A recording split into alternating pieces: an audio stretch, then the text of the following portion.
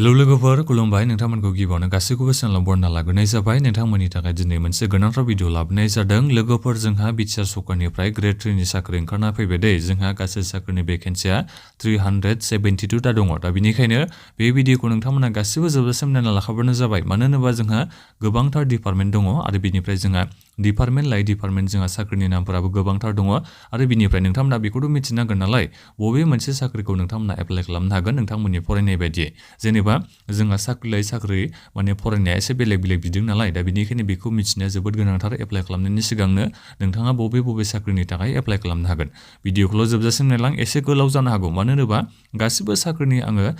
क्वालिफिकेसना बेसेबां नांगौ आं बेफोरखौ आबुङै खोन्थाहरगोन नालाय एसे गोलाव जानो हागौ 10 मिनिट 9 मिनिटसो भिडिअ जानो हागौ नाथायबा नोंथांमोना बे भिडिअखौ जोबजासिम नायबानो मिथिनो हागोन नोंथांनि फरायनाया बेसेबां नांगोन साख्रिखौ एप्लाइ खालामनो थाखाय नोंथांमोननिसिम गिबियावनो गासिबनिसिमबो गुरै खावलायनाय थाग्रोबाय नोंथांमोना जुदि सोरबाफोर चेनेलाव गोदानै फैदोंबा नोंथांमोना गासिबो बे चेनेलखौ साबस्क्राइब खालामनानै लाग्रोलायबानो जाबाय जाहाथे नोंथांमोना बेबादिनो भिडिअखौ मोननो हायो जोंहा दा बावैसो बे नटिफिकेसना ओंखारना फैदों दे साख्रिनि नटिफिकेसना नोंथांमोना नायनो हागोन ने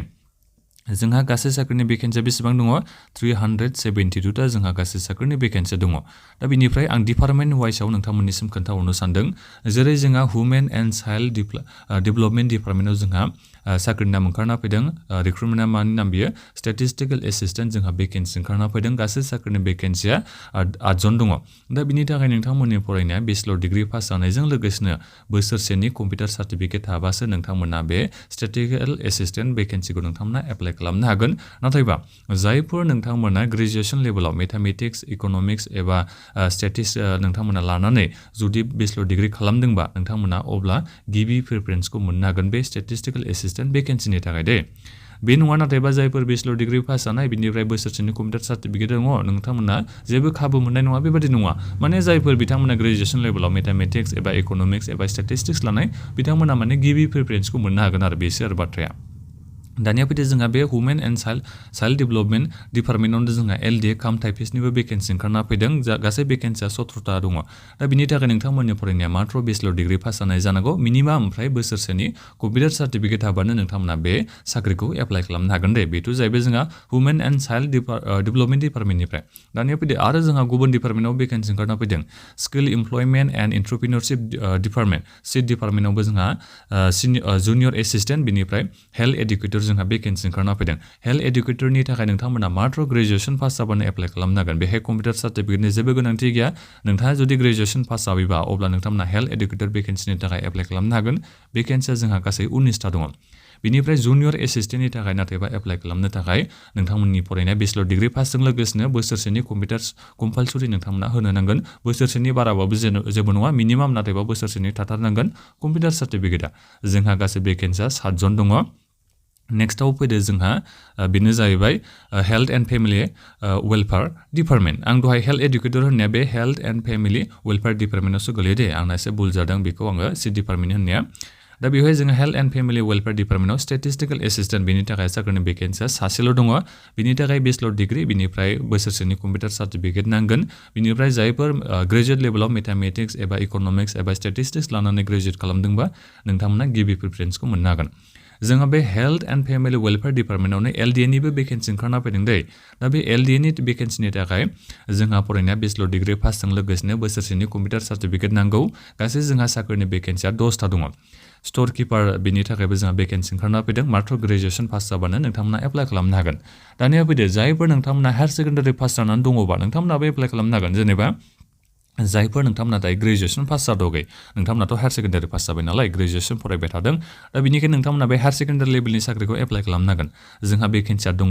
नन मेडिकेल एटेन्डेन्ट बिनिफ्राय दङ सार्भिलेन्स वर्कार दङ बिनिफ्राय बेसिक हेल्थ वर्कार दङ दा बिनि थाखाय नोंथांमोननि फरायनाया मात्र हायार सेकेन्डारि पास जाबानो नोंथांमोना एप्लाइ खालामनो हागोन जेबो कम्पिउटार सार्टिफिकेटनि गोनांथि गैया दै भेकेन्सिखौ नोंथांमोना नायबानो जाबाय नैबे नन मेडिकेल एटेन्डेन्टआव गासै 19ता भेकेन्सि दङ सार्भिलेन्स वर्काराव जोंहा 33ता भेकेन्सि दङ बेसिक हेल्थ वर्काराव जोंहा गासै भेकेन्सिया 16ता दङ दे बेखौ नोंथांमोना हायार सेकेन्डारि पास जाबानो एप्लाइ खालामनो हागोन बे जाहैबाय हेल्थ एन्ड फेमिलि वेलफेयार डिपार्टमेन्टनि दानिया फैदो जोंहा सयल कनजारभेसन डिपार्टमेन्टआवबो भेकेन्सि ओंखारना फैदों दे जुनियर एसिस्टेन्टनि थाखाय जोंहा साबा भेकेन्सि ओंखारना फैदों बिनिफ्राय कम्पिउटार अपारेटरनि थाखायबो जोंहा साबा भेकेन्सि दङ दा बे मोननै भेकेन्सिनि थाखाय बेचलर डिग्री पासजों लोगोसेनो बोसोरसेनि कम्पिउटार सार्टिफिकेट थाबासो नोंथांमोना एप्लाइ खालामनो हागोन नेक्स्टआव दङ जोंहा फिल्ड वर्कार दा बे फिल्ड वर्कारनि थाखाय गासै जोंहा 33 भेकेन्सि दङ दा बिनि थाखाय नोंथांमोननि फरायनाया मात्र हायर सेकेन्डारि पास जाबानो नोंथांमोना एप्लाइ खालामनो हागोन दे जोबोद मोनसे मोजां खौरां हायर सेकेन्डारि पास जानाय नोंथांमोननि थाखायबो जोंहा गोबां भेकेन्सि ओंखारना फैदों दानिया फैदो जोंहा फरेस्ट डिपार्टमेन्टआवबो भेकेन्सि ओंखारना फैदों दै जुनियर एसिस्टेन्टनि थाखाय जोंहा माबायाव फरेस्ट डिपार्टमेन्टनिफ्राय बेचलर भेकेन्सि ओंखारना फैदों गासै भेकेन्सिया 35 ता दङ बेचलर डिग्री पासजों लोगोसेनो बोसोरसेनि कम्पिउटार सार्टिफिकेट थानो नांगोन नोंथांमोना एप्लाइ खालामनो थाखाय बिनिफ्राय गेम वाट्सआप जोंहा भेकेन्सि ओंखारना फैदों गासै जोंहा 12 ता भेकेन्सि दङ बिनि थाखाय हायर सेकेन्डारि पास जानायबानो नोंथांमोना एप्लाइ खालामनो हागोन बे भेकेन्सिखौ नेक्स्टआव फैदो जोंहा फिसारि डिपार्टमेन्टनिफ्रायबो भेकेन्सि ओंखारना फैदों जुनियर एसिस्टेन्ट जोंहा गासै 6 ता भेकेन्सि दङ बिनिफ्राय सेरिकालचार डिपार्टमेन्टआवबो जोंहा जुनियर एसिस्टेन्टनि थाखाय भेकेन्सि ओंखारना फैदों गासै 6 जन भेकेन्सि दङ एक्साइज डिपार्टमेन्टआवबो जोंहा गासै सासे भेकेन्सि फैदों एलडिए नि थाखाय बिनिफ्राय जोंहा land and revenue and DM डिपार्टमेन्टआव जोंहा जुनियर एसिस्टेन्ट कपिसनि थाखाय भेकेन्सि ओंखारना फैदों लेबर एन्ड एमप्लयमेन्ट डिपार्टमेन्टनि थाखाय जोंहा जुनियर एसिस्टेन्ट भेकेन्सि ओंखारना फैदों भेकेन्सिया जोंहा 3 दङ दा बेफोर भेकेन्सिनि थाखाय नोंथांमोननि फरायनाया बेसेबां जानांगौनो बेचलर डिग्री पासजों लोगोसे बोसोरसेनि मिनिमाम कम्पिउटार सार्टिफिकेट दङबा नोंथांमोना एप्लाइ खालामनो हागोन जायफोर नोंथांमोननियाव 1.5 बोसोरानो जा 2 बोसोरनि कम्पिउटार सार्टिफिकेट दङबा नोंथांमोनहा गासैबो एप्लाइ खालामनो हाजोबगोन मिनिमाम होन्दों नालाय बोसोरसेनि माने थाथारनांगोन आरो दा बिनिफ्राय जोंहा कोअपारेटिभ डिपार्टमेन्टनिफ्रायबो भेकेन्सि ओंखारना फैदों दै जुनियर इन्सपेक्टर